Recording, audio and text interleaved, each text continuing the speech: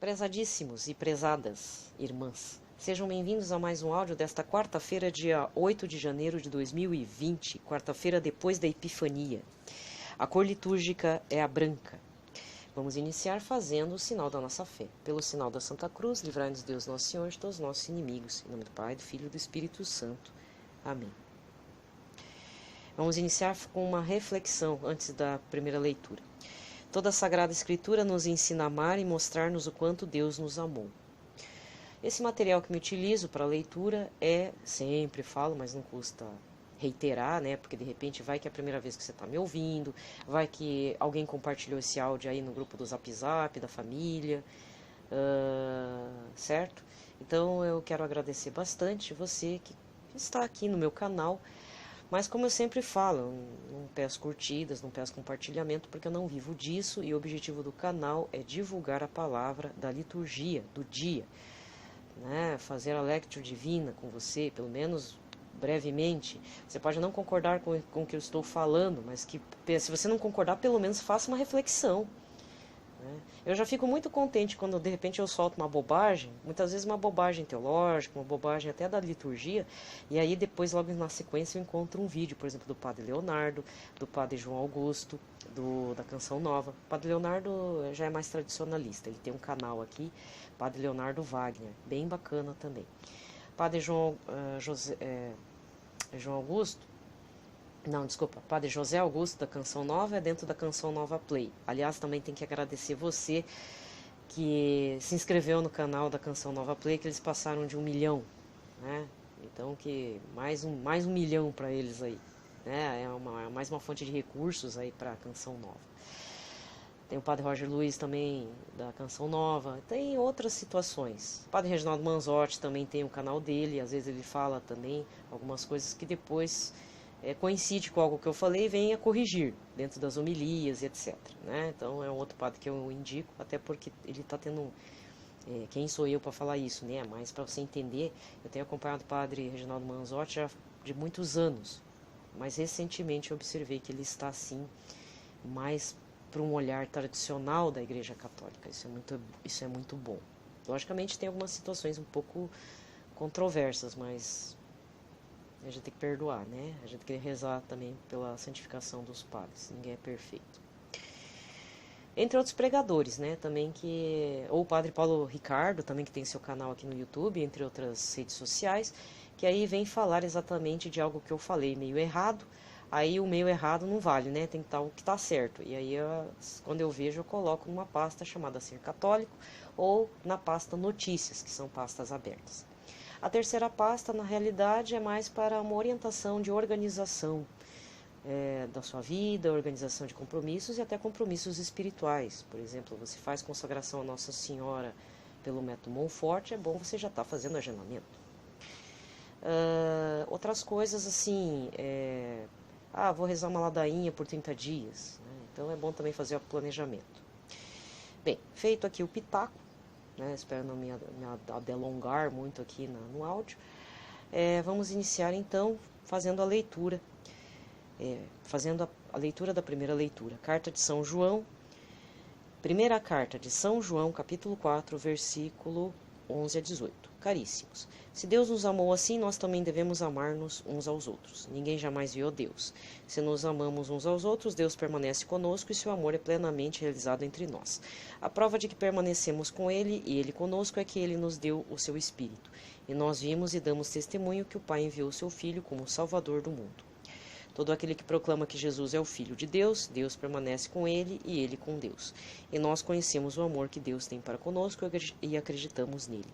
Deus é amor. Quem permanece no amor permanece com Deus, e Deus permanece com ele. Nisto se realiza plenamente o seu amor para conosco. Em nós temos plena confiança no dia do julgamento, porque tal como Jesus, nós somos deste mundo. No amor não há temor, ao contrário, o perfeito amor lança fora o temor, pois o temor implica castigo, e aquele que teme não chegou à perfeição do amor. Palavra do Senhor. O salmo responsorial de hoje está no Salmo 71, com o refrão: As nações de toda a terra hão de adorar-vos, ó Senhor. As nações de toda a terra hão de adorar-vos, ó Senhor. Dai ao rei vossos poderes, Senhor Deus, vossa justiça ao descendente da realeza. Com justiça ele governa o vosso povo, com equidade ele julgue os vossos pobres. As nações de toda a terra hão de adorar-vos, ó Senhor. Os reis de Tarsis e das ilhas hão de vir e oferecer-lhes seus presentes e seus dons, e também os reis de Seba e de Sabá hão de trazer-lhes oferendas e tributos. Os reis de toda a terra hão de adorá-lo, e de todas as nações hão de servi-lo. As nações de toda a terra hão de adorar-vos, ó Senhor. Libertará o indigente que suplica, e o pobre ao qual ninguém quer ajudar.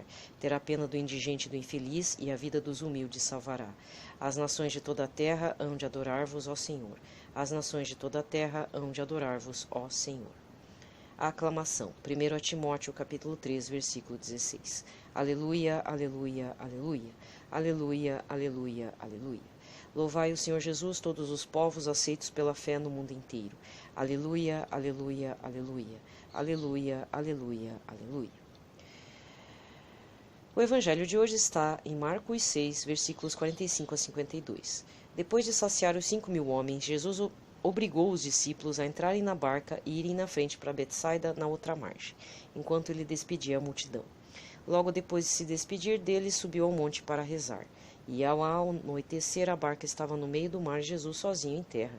Ele viu os discípulos cansados de remar porque o vento era contrário. Então, pelas 3 da madrugada, Jesus foi até eles andando sobre as águas e queriam passar na frente deles. Quando os discípulos o viram andando sobre o mar, pensaram que era um fantasma e começaram a gritar. E, com efeito, todos os tinham visto e ficaram assustados. Mas Jesus logo falou: Coragem, sou eu, não tenhais medo. Então subiu com eles na barca e o vento cessou. Mas os discípulos ficaram ainda mais espantados, porque não tinham compreendido nada a respeito dos pães, e o coração deles estava endurecido.